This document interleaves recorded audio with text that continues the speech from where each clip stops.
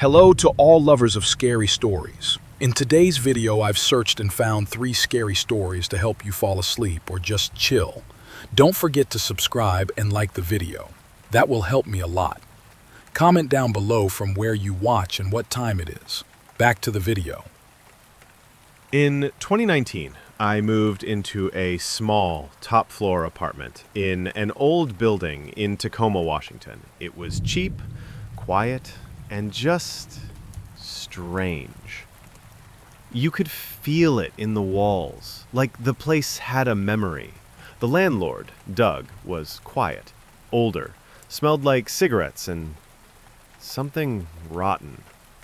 When he gave me the keys, he paused. "You're in Unit 3D, right?" I nodded. Then he said, "Don't mess with the attic door in the closet. It's sealed for a reason." At first, it was just small things. I'd wake up every night. Same time, 3:17 a.m.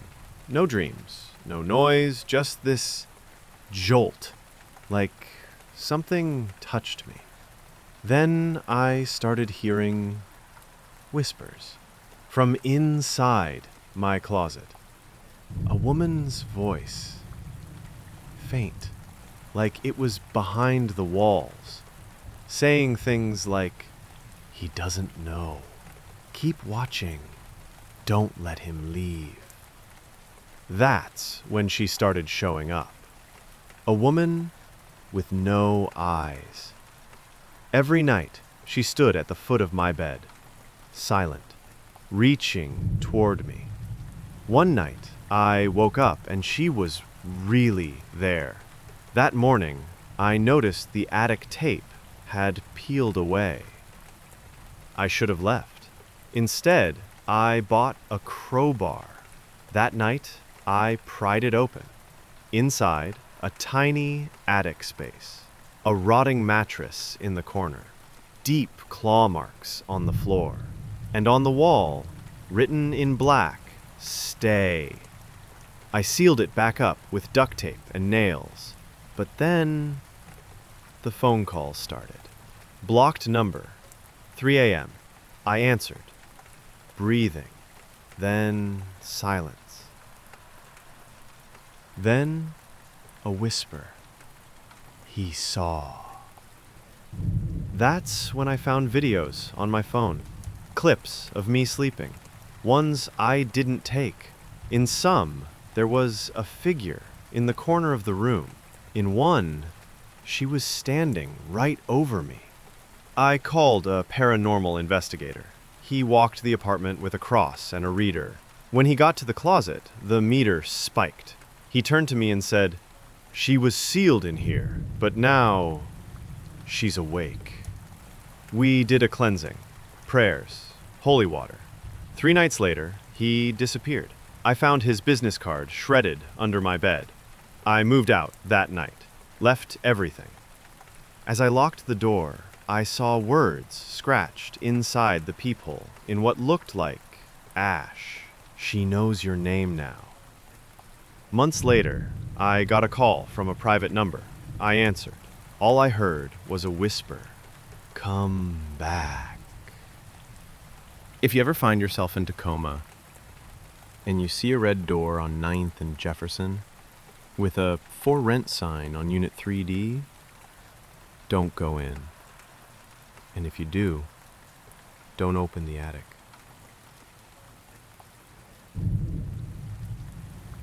I used to clean houses for a living. Not fancy homes, low-income rentals, foreclosed properties, stuff like that. It was a thankless job, but I kept my head down and did what I had to. This happened in 2021 in upstate New York. The job was a rush clean-out of a recently vacated house that had gone into foreclosure. The realtor said the previous tenant, a woman in her late 30s, vanished overnight. Left everything. Dishes in the sink, bed unmade, car in the driveway.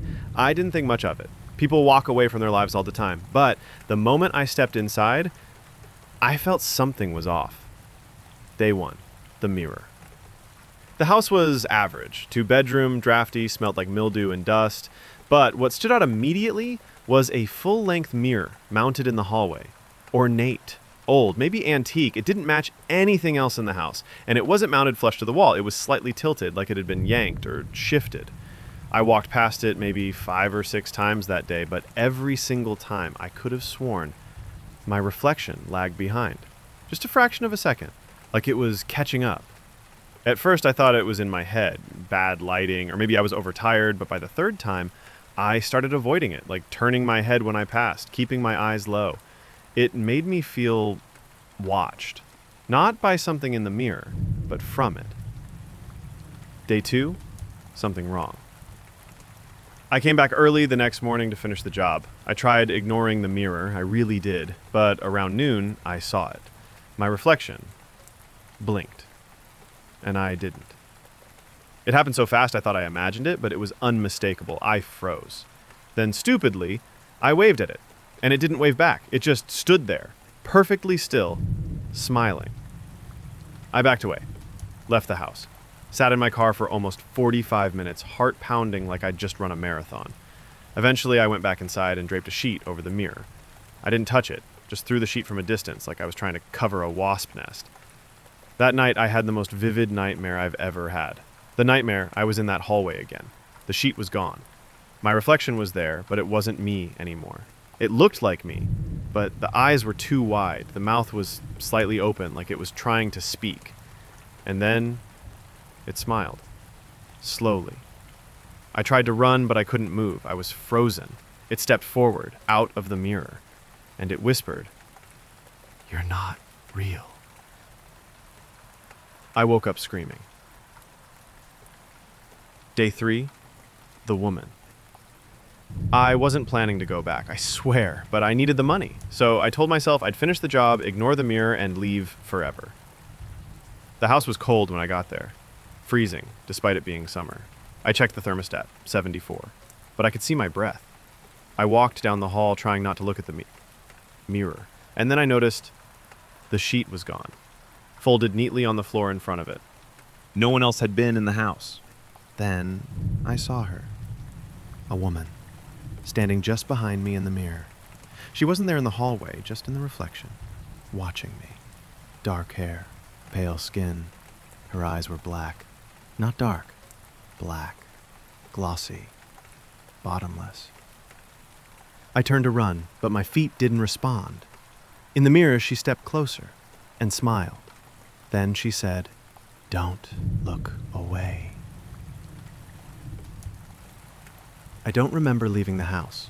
All I know is I was suddenly sitting in my car, crying, hands shaking, the front door still wide open behind me. I never went back. The realtor tried calling me for a few days. I didn't answer. A week later, the house was taken off the market. No explanation. I looked it up, just out of curiosity. Turns out, 3 other people had lived there since 2010. Each one vanished, left their things behind. No sign of struggle, no bodies, just gone.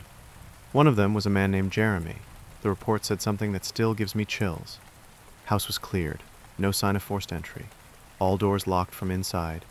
Last known activity was a voicemail left for his sister saying, "Tell my reflection to stop watching me." That mirror? I found it online. Same ornate frame. Someone selling it on a collectible site. It's been passed around for years. Estate sales, auctions, private sellers. One comment under the listing said, "Every time I look into it, I feel like I'm not alone." I covered it up for a while. Then I started seeing my reflection in other mirrors, even when I wasn't in the room. I know this sounds like a creepypasta. I don't care. I know what I saw. And if you ever walk past a mirror and something in your reflection doesn't quite match, don't look back. Just keep walking.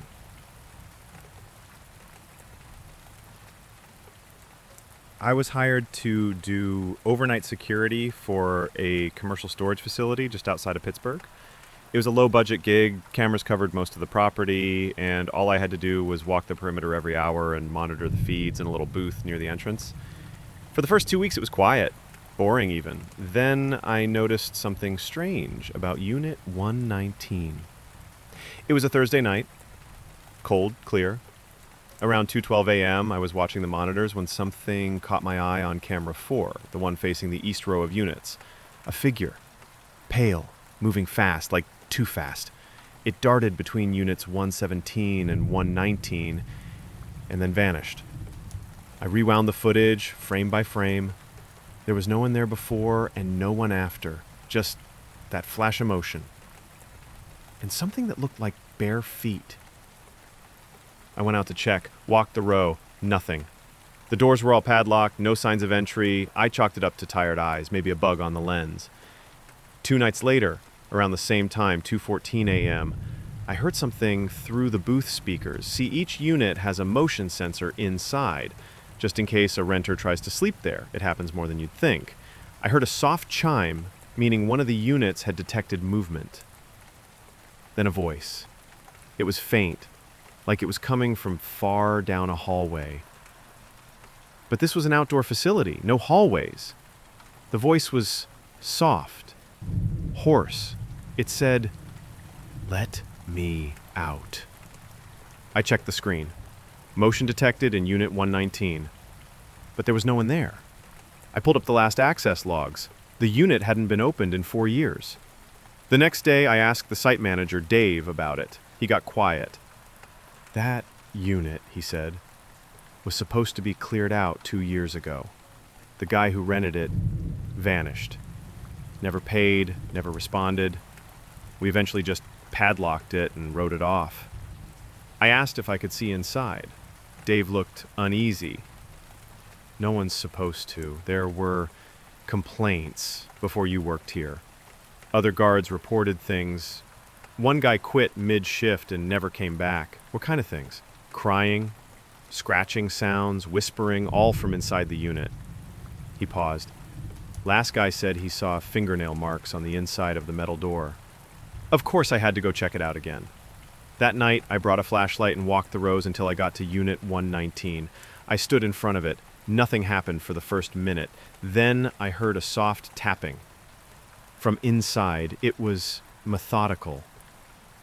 Tap, tap, tap, tap. My throat went dry. I stepped closer and put my ear to the cold steel. Then I heard breathing. Not mine. I stepped back fast. My flashlight flickered just once, but it felt like the air shifted. Then came the whisper. "You're next." I went back to the booth and rewound the footage. This time, I caught something. At 2:17 a.m., the unit's door moved. Just slightly, a soft rattle, like someone was pushing it from the inside. The camera flickered, like static interference, and for one single frame, there was a face. Pressed against the seam. Pale skin, wide mouth, hollow eyes, and what looked like wire running across its cheeks, holding its mouth shut. Then it was gone. I reported everything to Dave, showed him the footage. He made a call, and by noon the next day, 2 corporate guys in suits showed up with bolt cutters. They cut the lock and opened Unit 119. Inside, nothing. No crates, no boxes, no signs anyone had ever used it. But on the far wall were scratch marks. Deep ones, long and erratic, like someone had been clawing for days. And on the floor was something worse. A small pile of broken fingernails. Human. Blood-stained. They shut the unit, welded it shut this time, and told me not to speak about it again. They paid me through the end of the month, and the job mysteriously ended early. That was months ago. I moved to another state, got a different job. I try not to think about that place, but I still dream about it. And last night, I woke up at 2:17 a.m. to the sound of tapping on my bedroom window. When I looked outside, there was no one there. But on the glass, there were smudges in the shape of fingers.